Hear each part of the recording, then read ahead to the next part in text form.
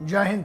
अब दीपावली आ रही है। बनी बात है, एक ऐसा त्यौहार जो बहुत बड़ा, मेरे हिसाब से तो मैं मानता हूं कि भारत में सबसे बड़े त्योहारों में से एक है। और 3 संदेश है मेरी तरफ से, मैसेजेस हैं जो यूथ के लिए हैं। पहला ये है, दोस्त आप ऐसा कुछ कोशिश करें कि जो हिंदुस्तान में बनी हुई चीज़ें, स्पेशली चाहे आप लाइट की बात करें, चाहे आप जो हमारे मिट्टी से जो चीज़ें बनी हुई हैं, कोशिश करें कि वो खरीदें।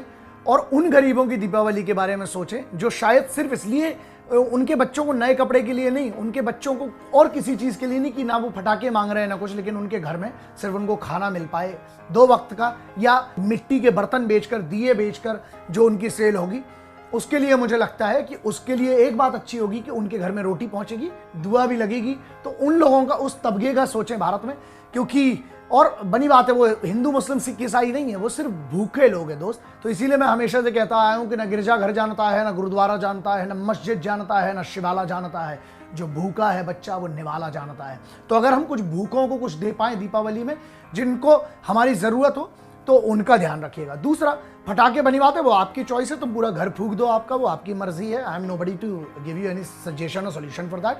पॉल्यूशन बनी बात है, तुम्हें क्या लेना देना, तुम्हारी तो मनाओ जो त्यौहार मनाना। लेकिन हाँ, आपकी भावना, अगर आपको लगता है आप उससे कुछ करते हैं। लेकिन मैं ये कहता हूं, अगर 500 रुपए के फटाके फोड़ना है फोड़ो, 100 रुपए उसमें से निकाल लेना, किसी की मदद करना जिसको उसकी जरूरत हो, शायद बेहतर दुआ लगेगी। दूसरा मैसेज है कि अपनी इंडिया के, अगर किसी को गिफ्ट करने जा रहे हो तो थोड़ा सा देख लेना जिसमें मेड इन इंडिया लिखा हो। अगर कुछ चीजें ऐसी जो आपको मिलेंगी बाजार में जो लिखेंगे मेड इन इंडिया, और अगर किसी को गिफ्ट देने जा रहे हो उसका ध्यान रखना। और तीसरा, किसी को आपके फटाके के कारण ऐसा ना हो जाए कि एम्बुलेंस नहीं जा पा रही, आपने लड़ियां बिछाई हुई हैं, तो वो ध्यान रखना है किसी को परेशानी ना हो। एकता का त्यौहार बनाओ। बनी बात है, बहुत बड़ा त्यौहार है हमारे लिए, लेकिन कोशिश ये करें कि घर वालों के साथ अपना वक्त गुजारें, उन लोगों को सम्मान दें जो आपके बुजुर्ग हैं आपके घर में, उनकी दुआएं बड़ी काम आएंगी।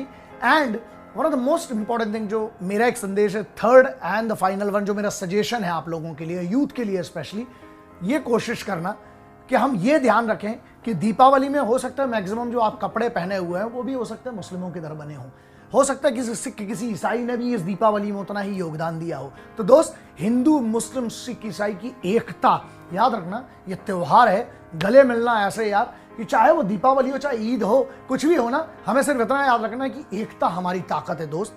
अगर हम बटेंगे ना तो हम आज नहीं तो कल बाहर वाली ताकतें हमारा फायदा उठा लेंगे। तो मेरी तरफ से this is very important. I wish you all a very happy Deepavali to everybody. जय हिंद। आप सब लोग दीपावली की खरीदारी तेज कर दिए होंगे और अमूमन सारे लोग अभी खरीदारी करने भी लग रहे हैं। लेकिन अगर आप देखेंगे तो भारत अपनी संस्कृति को धीरे धीरे कहीं ना कहीं हम लोग खुद ही धूमिल कर रहे हैं। दीपावली का त्यौहार दियों का त्यौहार है। हमें वो कुम्हार से बने हुए दियों का प्रयोग करना चाहिए जिसमें हमें अपनी भारत की संस्कृति दिखती है। लेकिन हम मॉडर्न युग के ज़माने में और अस्कतिया हो गए हैं, कोढ़िया हो गए हैं कि हमें घर में एक भुकभुकवा लाइट जला दीजिए चाइनीज और टेंशन फ्री सो जाइए। अरे लक्ष्मी जी भी कंफ्यूज हो रही है, दिवाली मना रहा है कि तू शादी का प्रोग्राम कर रहा है यहाँ पर।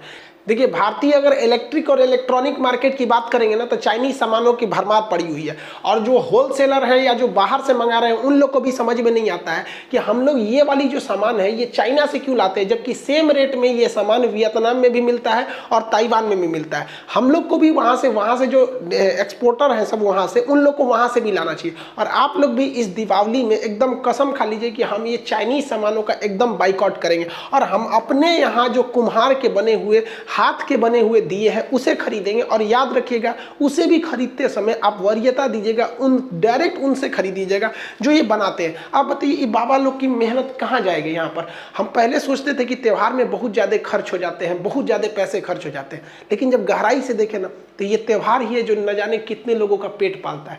बताइए, ये लड़की धूप में सुखा रही है, क्या इसको शौक नहीं है कि हम घर के अंदर रहें, धूप में न रहें? इसे अपनी सुंदरता का नहीं, लेकिन ये अपने परिवार के लिए इतना कर रही है। क्या हमारा एक कर्तव्य नहीं बनता है कि हम इनसे खरीदें?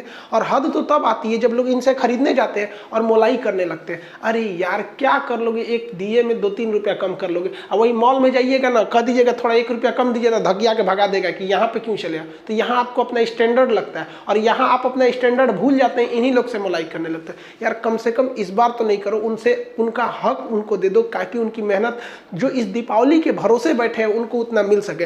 और इस दिए से सर घर सजाइए भाई, इससे ज्यादा अच्छा लगता है। लोग आजकल दिए से अपने घरों को क्यों नहीं सजा रहे हैं? क्योंकि वो लोग आराम खोज रहे हैं। अरे दीपावली एक दिन आता है साल में यहाँ पर, और आज भी आराम खोजिएगा। दिए से जो घर सजते हैं वो बहुत ही ज्यादा भव्य लगते हैं, और लगते हैं कि नहीं ये भारतीय संस्कृति के इतनी बेहतरीन, क्या झालर माली ये लुक दे सकती है। लेकिन नहीं, इसमें थोड़ा सा मेहनत लगता है। आप मेहनत क्यों करिएगा? दिवाली के दिन भी ना आपको सोना रहता है। हम लोग जब छोटे छोटे थे तो दिया, हम लोग के थोड़ा सा गरीबी में हम लोग का बचपन बीता, तो दिए वगैरह बड़ा कम थे। तो हमारे घर के आगे स्कूल था, तो वहाँ जब दीपावली के दिए जलते थे ना, तो हम लोग बर्तन लेके जाते थे ना, दिए में से ना वो तेल निकाल के लेते आते थे, और अपने घर के दिया रात भर जला के रखते थे, बुझने नहीं देते थे उस वक्त भी। और आज भी अगर ऊपर वाले ने दिया तो आज भी हम लोग झालर मारा नहीं लगाते, यही दिए को ही लगाते हैं। और ये चीज़ तो कभी भूल ही नहीं सकते हैं कि इंसान के पास अगर पैसे आ जाए तो अपना घर झालर मोती से लगाने लगेगा और अपनी संस्कृति भूल जाएगा। भाई पैसे अलग चीज होती है, संस्कृति अलग चीज होती है। आपका घर जब भी भव्य दिखेगा तो ऐसे ही दिखेगा। तो प्लीज आप लोग कोशिश कीजिए कि इससे हम लोग दिए को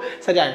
और जो हिंदुस्तान के लोग जो विदेश में है, चाहे वो यूरोप के किसी कंट्री हो, इंग्लैंड में हो, जर्मनी, फ्रांस, अमेरिका, हर जगह इंडियन है। वहाँ नहीं, ऐसा नहीं है कि वहाँ इंडियंस नहीं है। और आप लोग से भी हम हाथ जोड़ के कहते हैं कि प्लीज आप लोग जो दिवाली मनाइए ना, तो आप जिस कंट्री में, चाहे यूरोप में हो, अमेरिका में हो, इस तरह से मनाइए ताकि उन लोग को लगे कि नहीं भैया, हम अपनी संस्कृति के लिए डिजिटलाइजेशन नहीं है, हम आज भी अपनी उसी पुरानी संस्कृति को लेकर रहते हैं। और वहाँ पे भी एक ट्रेंड चले और चाइना भी कंफ्यूजन में रह जाए इस बात को लेकर कि हमारे झालर से तो ज्यादा यही लग रहा है। और चाइना में भी जब जिस दिन दिया बनने लगेगा ना, उस दिन समझेंगे कि नहीं, हम अपनी संस्कृति को आगे लेके जा रहे हैं।